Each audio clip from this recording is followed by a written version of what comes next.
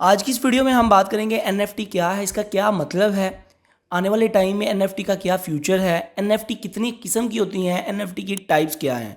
Video को and तक देखिएगा ताकि आपको कंप्लीट इन्फॉर्मेशन मिल सके। सबसे पहले समझते हैं कि एनएफटी होती क्या है। एनएफटी का मतलब है non fungible token. Non fungible से मुराद कि ऐसी चीज़ जो रिप्लेसेबल नहीं है, जिसकी कोई जगह नहीं ले सकता, कुछ खास है और डिजिटल हम उसको सेल कर रहे हैं। उसकी डिजिटल, उसका चेक एंड बैलेंस जैसे देखें ना, टोकन से मुराद है ऑनरशिप और नॉन फंजीबल से मुराद है ऐसी चीज़ जो जिसकी कोई भी मतलब कॉपी नहीं है, यूनिक है। लाइक आपने एक पेंसिल पकड़ी, उसके ऊपर सिग्नेचर कर दिए, तो वो जो आपके सिग्नेचर है वो यूनिक है, वो किसी और के नहीं है, पूरी दुनिया में आपके ही हैं। लाइक जैसे एक पर्सन है, उसने अपनी पिक्चर्स खींच के एनएफटी के ऊपर लगा दी, तो वो जो उसकी पिक्चर्स थी ना, सेल्फी हैं, वो इतनी वायरल हुई कि इतना उसे पैसा मिला कि आपकी सोच है। तो वो क्या थी? वो यूनिक थी। एनएफटी में कुछ भी हो सकता है, कोई भी डिज़ाइन, कोई भी पेंटिंग, कोई भी आर्ट, कोई भी लाइक कुछ भी आप डाल सकते हो, बट वो यूनिक हो। ठीक है। और उसकी वो यूनिक कैसे बनता है? वो ब्लॉकचेन सिस्टम के थ्रू बनता है। जैसे हमारे घर की रजिस्ट्री है ना, उसको कौन मैनेज करता है? उसकी ऑथराइजेशन, उसको ये लीगल है कि नहीं लीगल, ये कैसे चेक किया जाता है? गवर्नमेंट चेक करती है, गवर्नमेंट के रिकॉर्ड में होता है। ठीक है। उसके बाद उसका प्रॉपर एक सिस्टम है जिसके थ्रू उसको वेरीफाई किया जाता है, चेक किया जाता है। इसी तरह डिजिटल दुनिया में ब्लॉकचेन है जो एनएफटी को वेरीफाई करती है, एनएफटी के सिस्टम को मॉनिटर करती है कि ये एनएफटी, इसका मतलब एनएफटी का सारा रिकॉर्ड रखना, ये किसकी है, किसके पास इसकी ऑनरशिप है, इसकी क्या वर्थ है, सारा जो डिटेल है वो सारी ब्लॉकचेन के थ्रू होती है। ठीक है।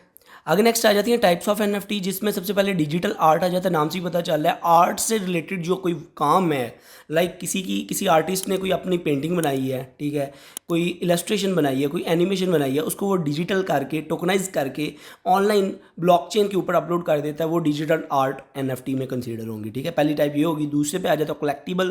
कलेक्टिबल में लाइक कोई पिक्चर्स हैं, किसी की सेल्फी है, किसी की लाइक किसी के पास वर्चुअल ट्रेडिंग कार्ड्स हैं, कोई डिजिटल फिगर है, तो वो कलेक्टिबल चीज़ें जो हैं वो उसने ऑनलाइन अपलोड कर दी है, वो कलेक्टिबल एनएफटीज़ में आ जाएंगी। नंबर थर्ड पे आ जाता है गेमिंग आइटम्स। गेमिंग आइटम्स नाम से ही पता चल रहा है कि वो एनएफटीज़ जो गेम के अंदर यूज़ हों। ठीक है। लाइक गेमिंग कार्ड हो गए, गेमिंग कोई वेपन्स हो गए, कोई स्किन्स हो गई, कोई गेम का करेक्टर हो गया। ठीक है, जो गेम के अंदर इस्तेमाल हो सकता है एज अ एसेट, कोई आइटम है जो रिप्रेजेंट कर रही है गेम को। ठीक है, तो वो गेमिंग आइटम कार्ड में आ जाएंगे। ठीक है। उसके बाद आ जाता है म्यूज़िक एंड मीडिया एनएफटीज़।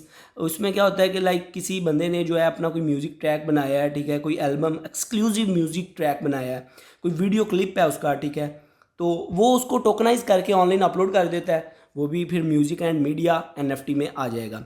उसके बाद आ जाता है नंबर फिफ्थ पे आ जाता है डोमेन नेम। डोमेन नेम जो बेस्ड है वो डोमेन नेम ब्लॉकचेन बेस्ड जो डोमेन्स है ना, ब्लॉकचेन जिसके ऊपर एनएफटी चलती हैं, जो एनएफटी को कंट्रोल करती है, उससे रिलेटेड जो है ना, ब्लॉकचेन से रिलेटेड जितनी भी डोमेन क्या होती हैं, लाइक सिंपल वर्ड में बता दूं, जैसे आपने खोला www.daraz.pk .amazon.pk, तो ये जो अमेजोन है ना, ये डोमेन है, ये नाम है जो यूनिक है, ये कोई और कॉपी नहीं कर सकता उसी पूरी दुनिया में, वो एक ही है। तो इस तरह जो डोमेन नेम्स हैं लाइक ब्लॉकचेन से बेस्ड यूनिक, जैसे डॉट अथीरियम, ठीक है, डॉट एडीए, डॉट टीआरएक्स, तो ये जो डोमेन नेम है ब्लॉकचेन से रिलेटेड, ये भी एनएफटी की टाइप्स में आ जाते हैं।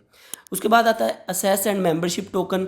ठीक है, असेस एंड मेंबरशिप टोकन होती है ना, ये कुछ वीआईपी पर्सन्स या वो कुछ मतलब कुछ बंदों के लिए, कुछ स्पेशल बंदों के लिए, लाइक कोई कंटेंट है, ठीक है, उसके बाद कोई किसी कम्युनिटी के लिए कोई सर्विसेज हैं, वो इसको असेस कर सकते हैं। लाइक उनके लिए जो मेंबरशिप कार्ड्स हैं, वीआईपी असेस हैं, ये जो होती हैं असेस एंड मेंबरशिप टोकन।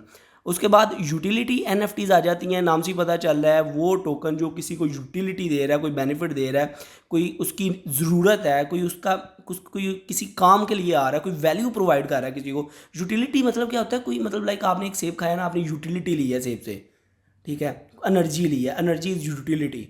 तो ये जो यूटिलिटी दे रहा है, लाइक आपको ऐसा कार्ड किसी, लाइक आपने इवेंट में जाना है, उसकी टिकट आपको जो है वो यूटिलिटी एनएफटीज कंसीडर होंगी। ठीक है, यूटिलिटी एनएफटीज वो एनएफटीज होती हैं लाइक कोई इवेंट से रिलेटेड है, कोई इवेंट पे आप जा रहे हैं, वहाँ वो यूज़ कर सकते हैं, किसी जगह पे डिस्काउंट ले सकते हैं। ठीक है, कोई टिकट्स, लाइक ये जो कार्ड्स होंगे ये सारे यूटिलिटी एनएफटी में आएंगे। और थोड़ी सी बात कर लेते हैं लास्ट पे एनएफटी का फ्यूचर क्या होगा। सबसे पहले मेन स्ट्रीम अडॉप्शन होगी इसकी, लाइक ज़्यादा से ज़्यादा आने वाले टाइम में हमें लगता है कि जो इंडस्ट्रीज़ हैं, सेक्टर्स हैं, उसमें एनएफटी का रुझान होगा। Like art related, gaming related, entertainment से रिलेटेड, ये उसमें अपनी जगह बनाएगी एनएफटी। ठीक है, यूज़र एक्सपीरियंस इन्हेंस करेगी।